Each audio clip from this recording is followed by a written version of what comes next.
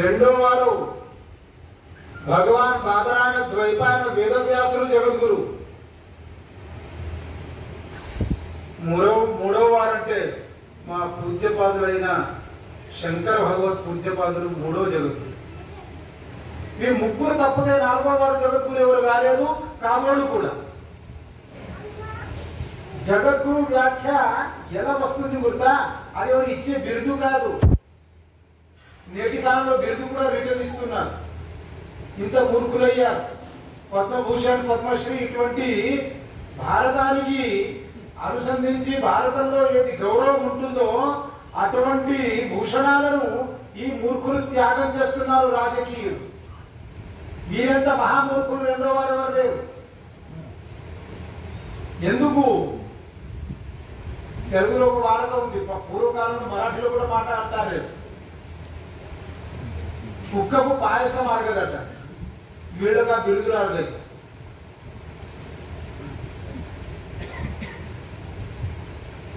జగద్గురు ఎలా అవుతారు?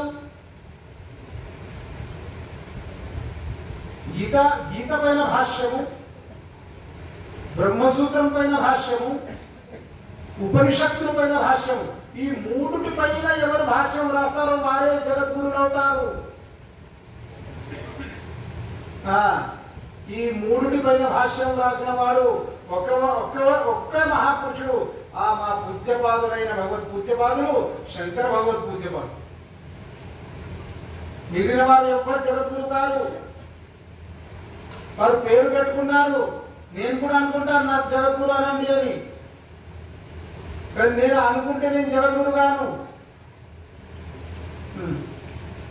జగద్గురు అయ్యే స్తోమత ఉండాలి, జగద్గురు అయ్యే అధికారం ఉండాలి, జగద్గురు అనుకునే అధికారం ఉండాలి అని జగద్గురు అయిన భగవాన్ శ్రీకృష్ణచంద్రుడు గీతలో బోధిస్తూ అన్నాడు, జాతస్య ధ్రువ మృత్యు ధ్రువం జన్మ మృతస్య చ. పుట్టినవాడు గిట్టక తప్పదు. ఇది నిజమే. దయచేసి నేను ఒక 2 నిమిషాలు ఆగుతాను. అందరి ఫోన్లో ఆఫ్ చేయండి. నేను 2 నిమిషాలు ఆగుతున్నా.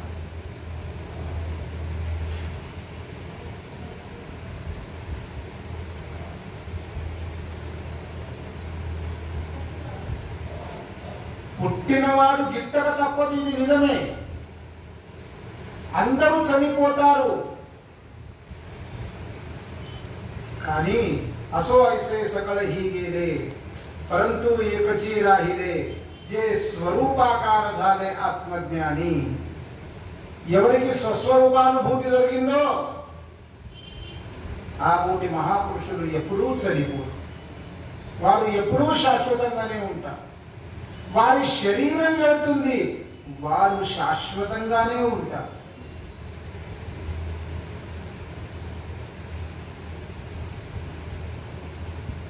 రాష్ట్రగురు, రాజగురు సమర్థ రామదాస స్వామి మహారాజ్ వారి చరిత్రలో నిర్యాణ ప్రసంగంలో ప్రసంగం అవ్వబడుతుంది. ఒకసారి ఛత్రపతి శివాజీ మహారాజ్ వారు దర్శనానికి వచ్చారు. ఇంకో విషయం జ్ఞాపకం చెప్తున్నాను. ఇప్పుడు మీరందరూ రికార్డు చేసుకుంటున్నారని కొన్ని విషయాలు మీకు చెప్తున్నాను. నేటి కాలంలో కొందరి మహారాజులు ఛత్రపతి శివాజీ మహారాజు వారు సమర్థుల శిష్యులు కారు అని అన్నారు. వారికి నేను గట్టిగా ప్రమాణంగా చెప్తున్నాను, నేడు ఈ సమయంలో కూడా మీరు సజ్జనగఢ్లో వెళ్ళండి. అక్కడ షేజ్ఘర్ బయట పెద్ద అద్దంలో శివాజీ మహారాజు తన చేత్తోని వ్రాసిన ఒక లేఖ ఉంది.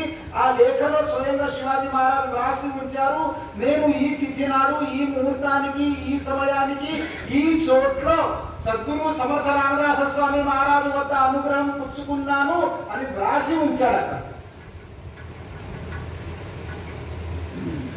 ఎవరు శివాజీ మహారాజ్ సమర్థుల శిష్యులు లేదన్నారో వారు వెళ్ళి ఒకసారి చదవండి, దాని తర్వాత మీకు బుద్ధి వస్తుంది.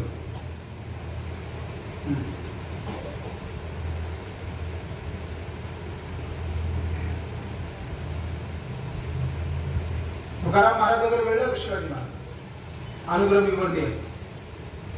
స్వయంగా तुकाराम महाराज చెప్పారు, రాయా ఛత్రపతి ఐకావే వచన రామదాसी मन लाभावे. रामदास स्वामी सोयरा सज्जन त्यासी तू मन अर्पी बापा. मारुती अवतार स्वामी प्रगटला उपदेश केला तुझ लाग. आता धरू नको भल त्याचा संग राम पांडुरंग कृपा. ఇటువంటి అభంగాలు రాగానే వార్కరి ఏమంటారు గుర్తా, క్షేపకం ఉంది అంటే వీరికి నచ్చింది మంచిది, ఏది వీరికి నచ్చదు అది క్షేపకమా?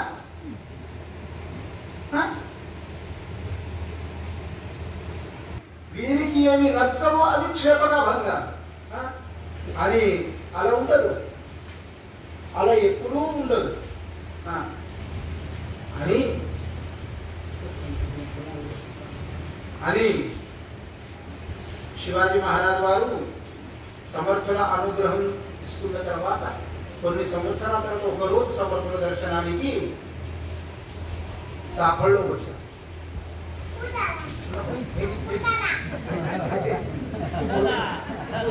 అది తుది దర్శనం.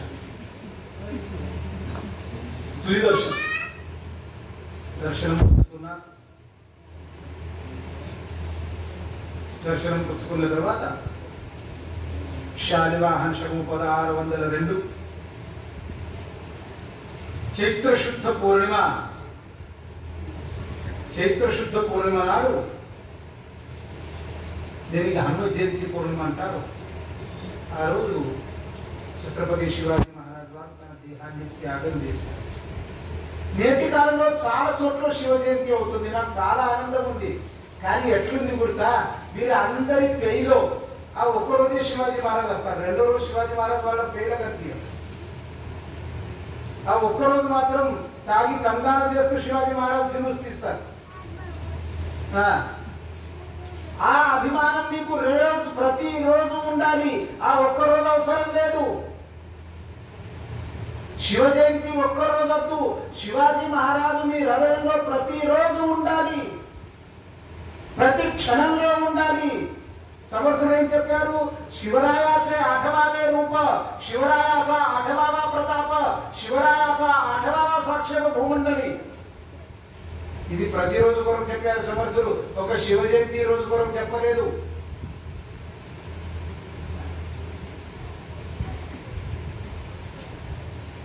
సమర్థుల మనస్సు పైన చాలా పరిణామం జరిగింది.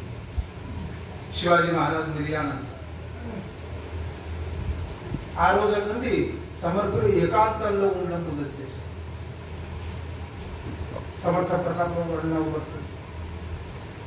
సమర్థ చరిత్రానికి సమర్థ ప్రతాప్ లాంటి ప్రమాణ గ్రంథం రెండోది. నాకు ఎక్కువ విషయం మాట్లాడింది లేదు.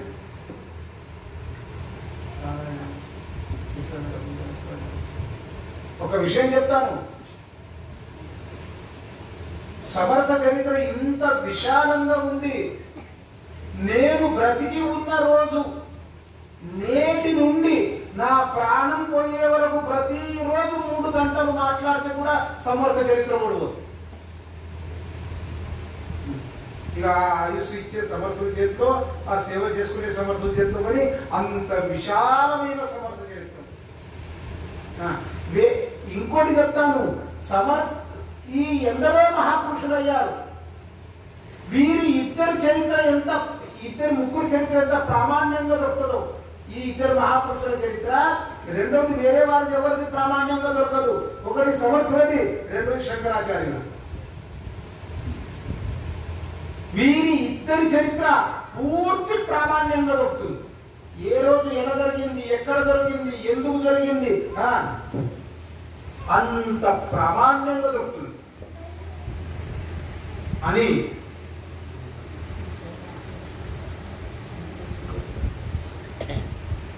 సమర్థ ప్రతాప్ సమర్థుల సమకాలీన గ్రంథం, సమర్థ సమకాలీన గ్రంథం. సమర్థులు బ్రతికి ఉన్నప్పుడే ఆ గ్రంథాన్ని నిర్మాణం చేశారు. ఇక మిగిలిన కొద్దానం తర్వాత అయితే దానిలో వర్ణిస్తూ అంటారు, సమర్థే స్వప్రకాశే అంధారి వైసతి. సమర్థులు అంధకారంలో తన గదిలో వెళ్ళి కూర్చుండేవారు. ఎన్ని రోజులు? సమర్థే స్వప్రకాశే తీనమాస వైసతాతి, 3 నెలలు లోపల ఉన్నారు, బయటనే రాలేదు. మురుమ పాత్రే ఉదకే సేవితాతి, అన్నము పాత్రలో విసర్జన చేశారు, మట్టి పళ్ళెంలో తినాలి, అపశకునం. మట్టి కుండతో నీళ్లు తాగాలి.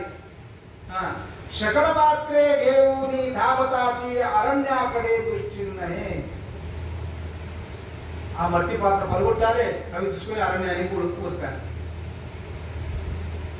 ఇలా అన్ని చిన్న చిన్నగా దుశ్చిహ్నం సమర్థులు మొదలు పెట్టారు. 1602లో శాలివాహన శకం 1602లో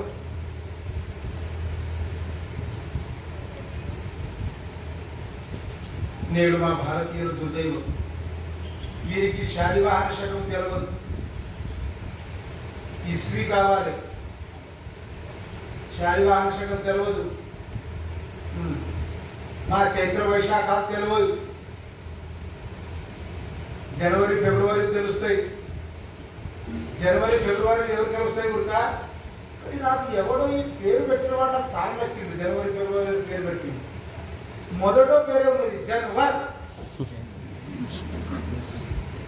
గోదా, గార్ది, మంచి పేరు పెట్టిండు.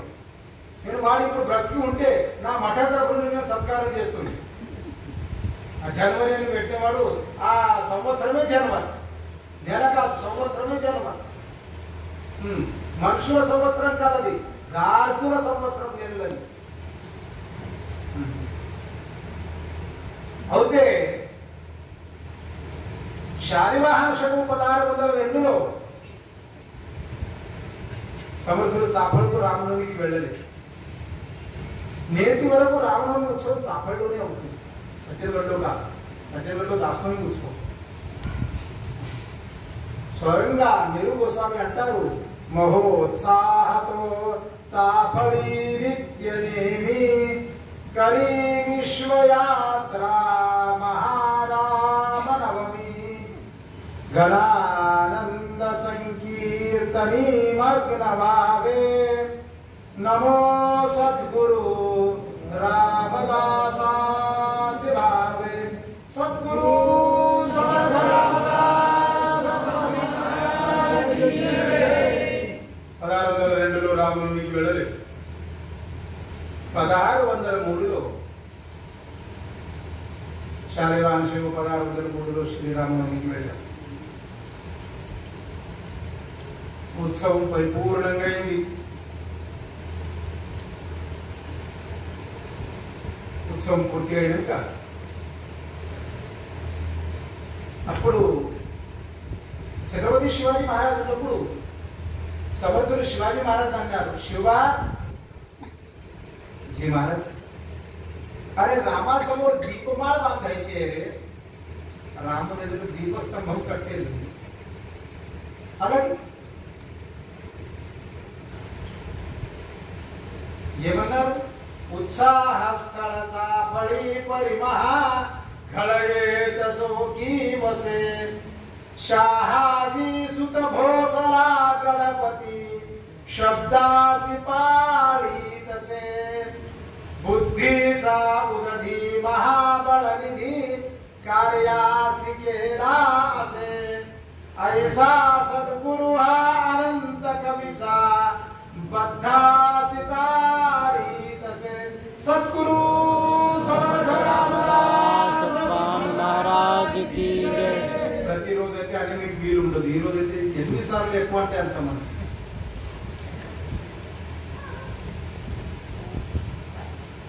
शहाजी सुत भोसला गणपति शब्दासी बाळी तसे ఆదేశారు. దీపస్తంభం కొరకు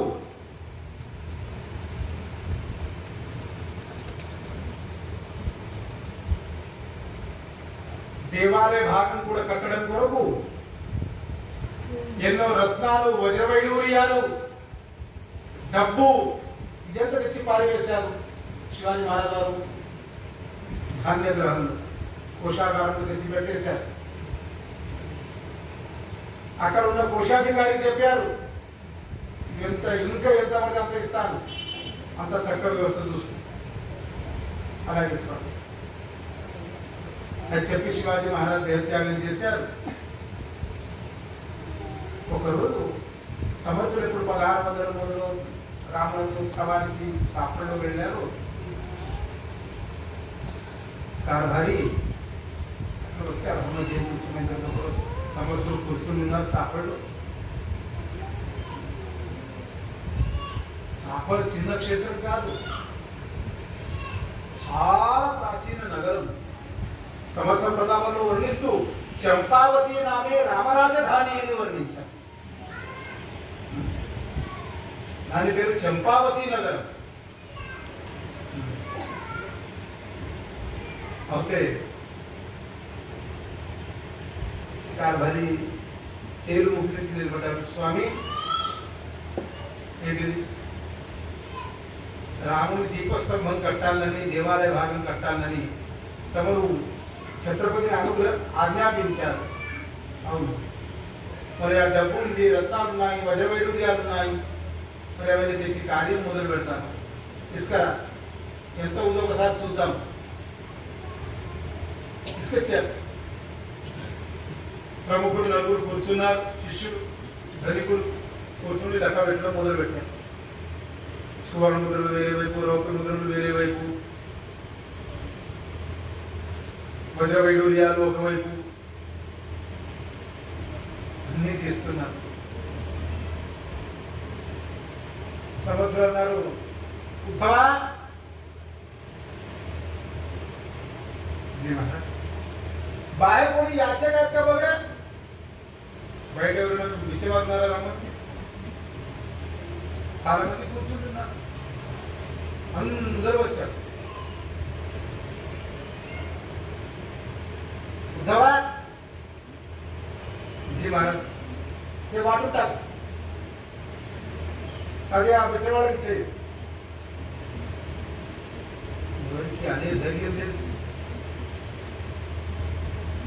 మరి అది ఇచ్చేవాళ్ళకి ఇస్తే ఈ దేవాలయం కార్యం, ఇవన్నీ కార్యాలు ఎట్లా? ఎవరికి అనే ధైర్యం లేదు. అక్క మహారాజ్ ఉంది,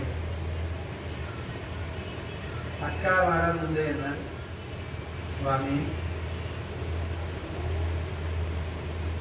ఏమక్క, తమరి ఆజ్ఞ జరిగిందనే ఆ డబ్బు ఆవలికి తీసాము దీపస్తంభం కొరకు. మరి ఆ ద్రవ్యము మీరు పనిచేస్తున్నారు, మరి దీని గతి ఎట్లా? సమర్థులు అన్నారు, అక్క, ఏ ద్రవ్యం నాకు అవసరం ఉండేను ఆ ద్రవ్యమే పోయింది, ఈ ద్రవ్యం కొరకు ఎందుకు ఏడుస్తున్నాను? శివుడే వెళ్ళిపోయాడు. మరి స్వామి, ఈ దేవాలయ కార్యం ఎట్లా? చూడండి, ఒక్కడి జ్ఞాపకం ఉంటుంది. సమర్థుల వాక్కు ప్రతి వానికి ఏమనిపిస్తుంది?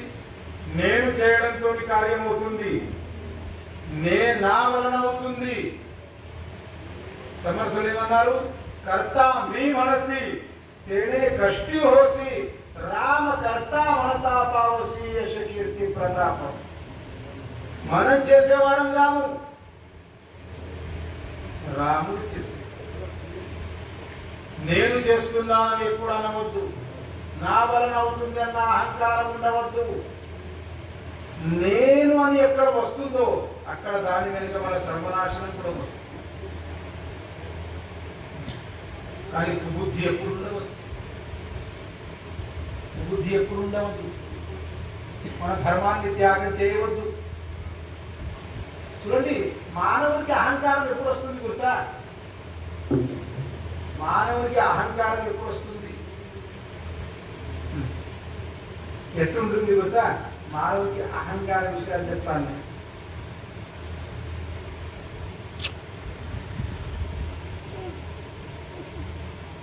మానవుని పరిస్థితి ఎట్లుంది గుర్తా? అంత తన మనస్సు తిరగలగాలి. ఇది మేము చాలా చూస్తాం. మహారాజ్ నాతోనే మాట్లాడాలి, మహారాజ్ నేను చెప్పిందే వినాలి, మహారాజ్ నా చేతితోనే ఉండాలి, మహారాజ్ వేరే శిష్యులతో మాట్లాడొద్దు, మహారాజ్ వేరే శిష్యులు ఇంటికి పోవద్దు, వేరే శిష్యుడికి పెద్దలను ఇయ్యొద్దు, వారికి మంచిగా అనవద్దు. వ్యవహారంలోనే అటువంటి ఇటువంటి అనేవాళ్ళకి నేను ఒక ప్రశ్న చేస్తాను. నేను ఒక వ్యక్తికి 4 కుమారులు ఉన్నారు. తండ్రి ఏం చేస్తాడు గుర్తా? ఎవరిపైన మొగ్గు ఎక్కువ చూపెడతాడు? ఎవరు తండ్రి కొరకు ప్రాధేయపడుతూ ఉంటాడో వారిపైన మొగ్గు ఎక్కువ చూపెడతాడు.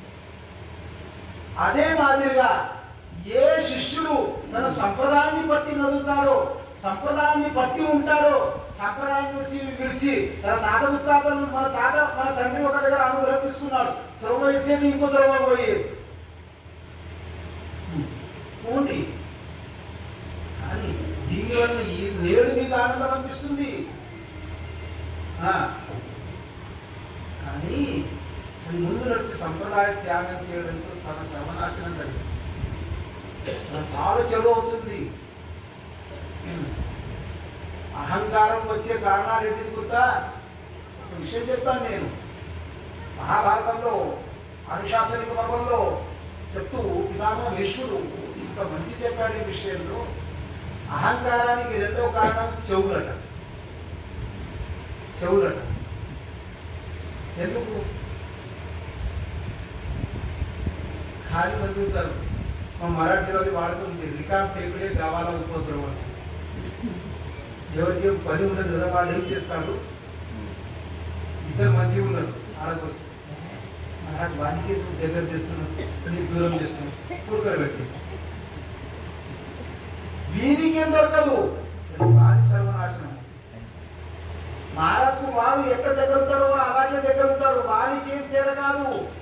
వీనికి నష్టం అవుతుంది, వీరి నష్టం జరుగుతుంది. వాళ్ళు దూరం, మహారాజు నుండి దూరం అవుతారు, మహారాజు దృష్టి నుండి. ఒక్కసారి మహారాజు దృష్టి నుండి, మహాపురుషుల దృష్టి నుండి దూరం అయ్యారా ఇక తన సర్వనాశనం అని. అది అహంకారానికి చాలా చేరు. ఎప్పుడు కూడా కులం విత్తం శృతం రూపం శౌర్యం దానం తపస్సదా ప్రాధాన్య మనుష్యానాం సప్తైతే మదహేతవ. ఇది స్వయంగా దేవరాజు ఇంద్రుడు బోధించాడు. అని సమర్థులు ఏమన్నారు? చేసేవాడే వాడు. ఈ మందిరం కానీ చేసేవాడు రాముడు ఉన్నాడు, ఎవరు చేస్తే వారి మనసులో చేసుకుంటే వాళ్ళు చేసుకుంటారు. దగ్గర దగ్గర 10-12 రోజులు సఫర్లో హాయిగా ఉన్నారు. చెప్పారు, అక్క మహారాజ్ సున్నారు, ఇంకా రేపు మనకు వెళ్ళేది ఉంది.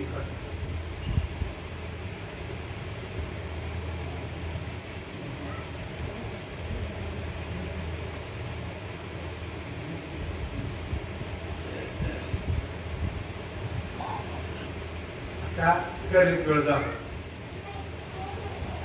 పొద్దున్న లేసారు, స్నానాన్ని కార్యాలు కావించిన తర్వాత ప్రదక్షిణ చేశారు. కళ్ళారా ఒకసారి చూశారు ఆ మాండనది.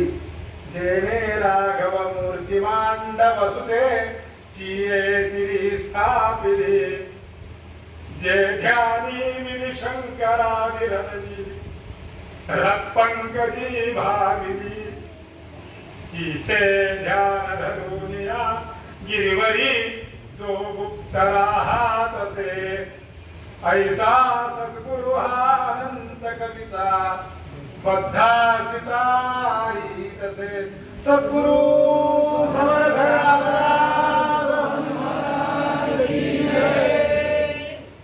उत्तर मांडल नदी कళ్ళారా చూశారు.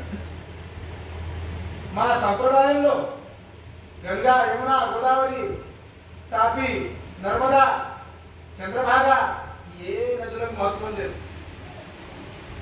త్రిస్థళి త్రిస్థళి త్రిస్థళి అంటారు. గంగ పోవాలి, యమున పోవాలి, గోదావరి పోవాలి. మా సాంప్రదాయంలో ఈ 3 త్రిస్థళి: ఉరుముడి, మాండ్, కృష్ణ. ఇవి 3 కూడా సమర్థుల చరణాలతో పునీతమైన సమర్థుల చరణ రజ కణాలు అక్కడ నేటి వరకు ఉన్నాయి. నిర్మాణ స్థల చాపడి పరిమహ కృష్ణాతిరీతో వస్తాయి. కృష్ణ మహాత్మ్యం ఎంత చెప్పటి కూడా తక్కువ ఉంది. కృష్ణ మహాత్మ్యము స్కంద పురాణంలో ఇంత వర్ణించారుగా అంత మహాత్మ్యం రెండో నది.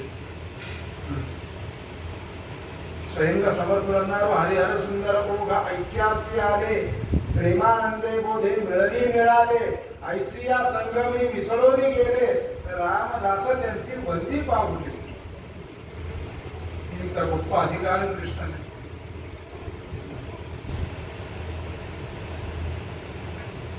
ఒకసారి అంత కళ్ళారా చూశారు, తిరిగి గర్భగృహంలో వెళ్ళారు. అక్క ఉద్ధవ కళ్యాణ జీ మహారాజ్ తలుపు పోయి పెట్టుకోండి, నేను రాముడి దర్శనం తీసుకుంటాను. చాపల్లో ఏ రాముని విగ్రహం ఉందో అటువంటి విగ్రహం పూర్తి జగత్తులో 2 చోట్లనే ఉంది. 2 చోట్లు. ఒకటి చాపల్లో ఉంది, రెండోది ఇంద్రబోధన మఠంలో, నిజామాబాద్ మఠం. అటువంటి విగ్రహం 3వ చోట్ల లేదు. ధ్యాయే దుర్వాగలాభంకరధృతకమలం జానకీ లక్ష్మణాభ్యాం వామే దక్షే చ భాగే హిమగిరిధవలే చామరైర్విద్యమానం వజ్రాంగారూఢమూర్తిం సితహయవరయుక్స్యందనే తిష్టమానం రామక్షేత్రం సుపూర్ణం దశవదనముఖాత్ కర్షయంతం సుతేజ సద్గురు సమర్థ మీరు ఎన్నిసార్లు ఎక్కువ అంటే అన్నిసార్లు మీకు ఆకలి ఎక్కువ.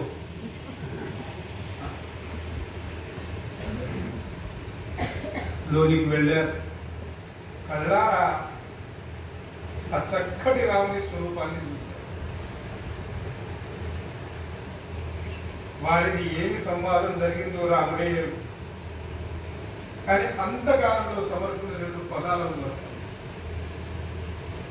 నాకు ఎక్కువ సమయం లేదు, ఇప్పుడే సమయం రాలేదు, ఒక్క పదానికి నేను వివరిస్తాను. ఇప్పుడు 2 పదాలు వివరించేటట్టు సమయం లేదు. శరణతుల రఘువీర హో రామ గుణగంభీర. రామ నీకు శరణం వచ్చాను నాయన. అన్ని గుణాలకు నువ్వు తల్లివారు. ధన్య ధన్య దాతారా కృపాళు. నీలాంటి దాని జగత్తులో 2వ వాడెవరు లేరు. జగత్తులో 2 దాతలు. ఏమంటారు, వాడు మందిరం కట్టారు, వాడు గొప్పవాడు, వీడు గొప్పవాడు, వీడు గొప్పవాడు, వాడు గొప్పవాడు. జగత్తులో 2 దాతలు. ఒకటి ఆ ప్రభు శ్రీరామచంద్రుడు, రెండవది ధర్మ సద్గురు. సమర్థులు అంటారు సద్గురు దాతారే దాతారే. గురు లాంటి దాత 2వ వాడెవరు. అభినవ కైసే కేలే ఏకచి వచనన బోలత బోలుని మానస విలయా నేనే సద్గురు దాతారే దాతారే. రామ నీలాంటి దాని ఎవరున్నాడు ఆయన జగత్తు. జన్మ దుఃఖ సాంగతానయే సాంగు మీ కాయే దూరీ కరుని అపాయే కేలే ఉపాయ. ఇవన్నీ వర్ణించారు. వర్ణిస్తూ వర్ణిస్తూ వర్ణిస్తూ ఒక్క శబ్దాన్ని పలికారు సమర్థులు. ఇంత చక్కటి శబ్దాన్ని పలికారు సమర్థులు. రామ ఏమని చెప్పాలి? నిజంగా చెప్పన్నా రామ జాహలే ఏమోడే. ఈ ఒక్క శబ్దంలోనే పూర్తి సమర్థ చరిత్ర వచ్చింది. జాహలే ఏమోడే. ఏదో జామలాంటి పల్లెటూరు,